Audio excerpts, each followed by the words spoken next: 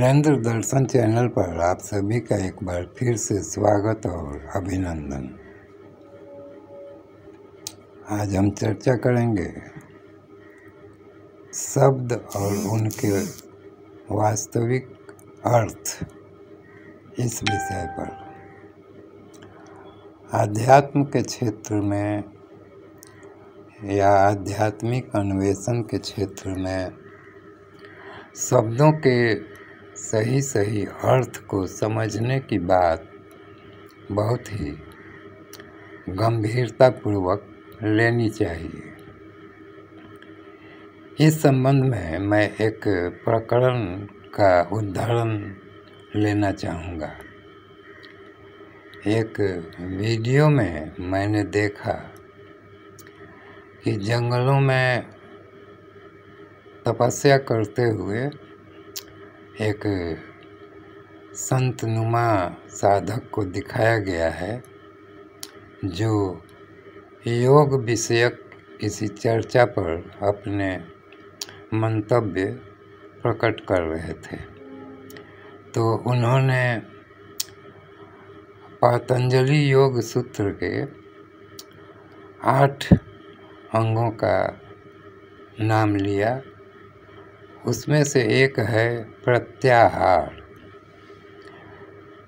तो अन्य शब्दों के योग के अन्य अंगों के नाम के अर्थ उन्होंने बताए जो संक्षेप में हो सकते थे, लेकिन प्रत्याहार शब्द का अर्थ शायद वे स्वयं नहीं जानते थे, लेकिन चूँकि बता रहे थे तो कुछ तो बताना है, नहीं तो उतने बड़े साधक सन्यासी कैसे माने जाते।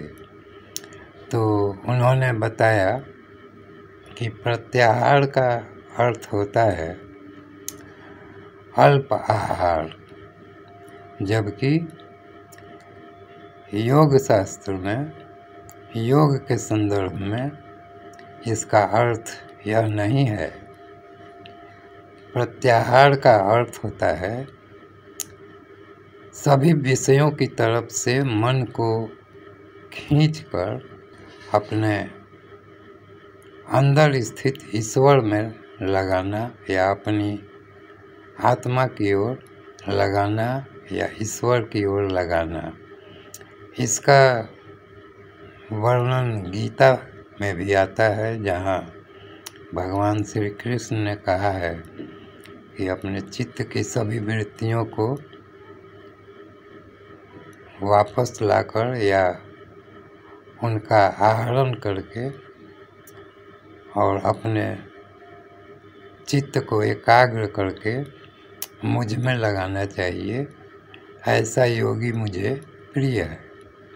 तो इस प्रकार यह स्पष्ट हो जाता है कि प्रत्याहार का अर्थ अल्प आहार या खान पान से तो नहीं है।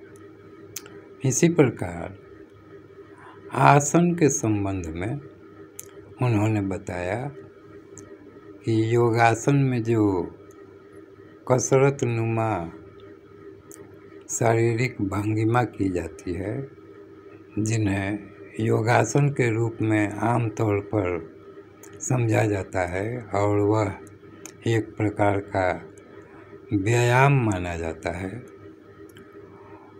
उनके कहने का आशय यही था कि योग के जो कसरत नुमा आसन हैं वे ही आसन हैं, जबकि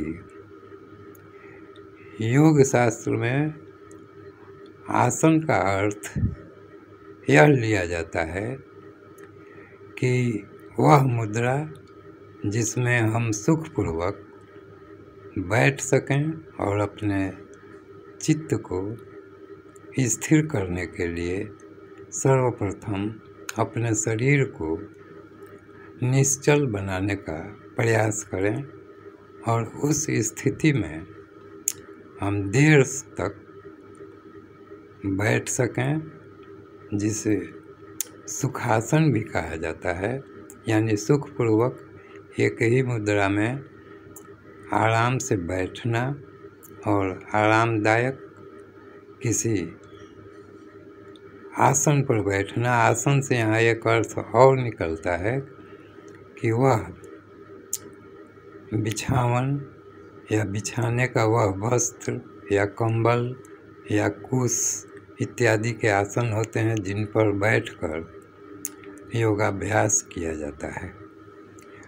तो सज्जनों, शब्दों के अर्थ उनके सही परिप्रेक्ष्य में सही समझने का प्रयास करना चाहिए और अच्छी तरह से विदित हो जाने के बाद ही किसी को उसका उपदेश करना चाहिए या उसकी व्याख्या करनी चाहिए या बतानी चाहिए, अन्यथा अर्थ का अनर्थ हो जाता है और सुनने वाला यदि अपरिपक्व है तो वह एक भ्रम की स्थिति में रहने लगेगा और जो उसकी सत्य की तलाश है वह कहीं न कहीं भ्रमित होकर रह जाती है या गलत होकर रह जाती है।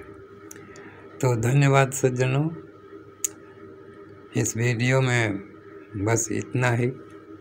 फिर मिलेंगे इसी प्रकार किसी आध्यात्मिक, मांत्रिक या ईश्वर अनुसंधान संबंधी चर्चा विमर्श के साथ। धन्यवाद।